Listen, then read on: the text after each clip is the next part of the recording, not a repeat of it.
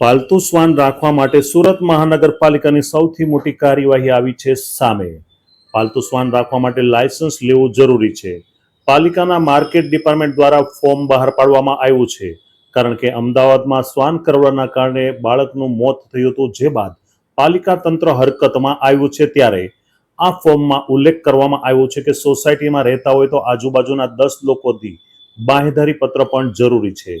ત્યારે એપાર્ટમેન્ટના પ્રમુખને અને આજુબાજુના લોકોની બાંહેધરી જરૂરી હોવાના કારણે શ્વાન પાલકોમાં પણ કચવાટ જોવા મળ્યો છે.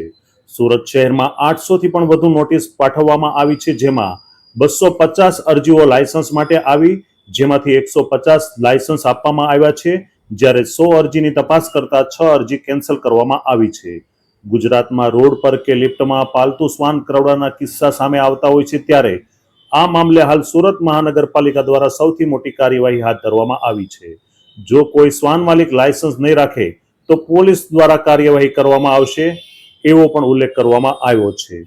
સુરત શહેરમાં પાલતુ શ્વાન રાખવા માટેના ફોર્મની અંદર જે રીતે વાત કરવામાં આવી છે બાંહેધરી પત્રની, ત્યારે શ્વાન પાલકોમાં પણ કચવાટ જોવા મળી રહ્યો છે. વિશેષમાં શ્વાન પાલકોએ ઉલ્લેખ કર્યો છે કે જો અમે શ્વાન પાળવીએ છીએ, એની જવાબદારી લઈએ છીએ, ત્યારે એસએમસીના જે ડોગ છે એ ખુલ્લે આમ ફરતા હોય છે ને એ કરડે છે, એ બાબતની બાંહેધરી શું એસએમસી લે છે? એવા પણ સવાલો થઈ રહ્યા છે. ત્યારે જાણો આ શ્વાન પાલક શું જણાવી રહ્યા છે. Arvind Rathod, GTV news, Surat. પ્રીતાબેન, જે રીતે અત્યારે સુરત મહાનગરપાલિકાએ એક નવો નિર્ણય લીધો છે કે જે પણ ડોગ્સ પાડી રહ્યા છે, પેટ્સ રાખે છે, એને ફરજિયાત 10 નિયમોનું રજિસ્ટ્રેશન કરાવવું પડશે. આપ 3 ડોગ્સ રાખો છો, શું માનો છો આ નિર્ણય? નિયમોથી ક્યારે મને પ્રોબ્લેમ હતો જ નહીં. હું એક જાગૃત નાગરિક છું, તો નિયમો સારા જનહિત માટે જ હોય છે. નિયમો જસ્ટ બિકોઝ મારા ઘરમાં 3 ડોગ્સ છે તો હું એક સેલ્ફિશ રીતે હા નહીં પાડી શકું કે મને I am against it. I am with the SMC, but I don't feel કે 10 ઘરે જઈને હું 10 દરવાજા ઠોકું, એક ફોર્મ લઈને 10 લોકો પાસે સાઇન કરાવડાવું અને એ પછી હું સુરત મ્યુનિસિપલ કોર્પોરેશનમાં સબમિટ કરું. That is too much. એક બેટર રસ્તો હતો કે તમે આને ઇમ્પ્લાય માટે અને એપ્લિકેશન માટે તમે કરી શકતા હતા કે તમે ખાલી સેક્રેટરીને પ્રેસિડેન્ટની સિગ્નેચર લઈને તમે સબમિટ કરી શકો છો.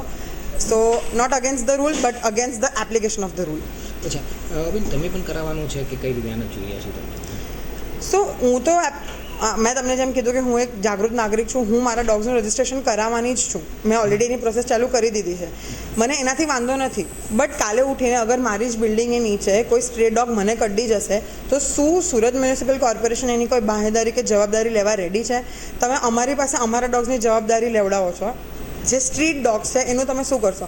અને એનો રસ્તો એ નથી કે તમે એસએમસીની એક ગાડી બોલાવો, એની અંદર બધા એરિયાના ડોગ્સને તમે એની અંદર ભરી દો અને પછી એક વીક રહીને પાછા અહીંયા જ દેખાવાના છે.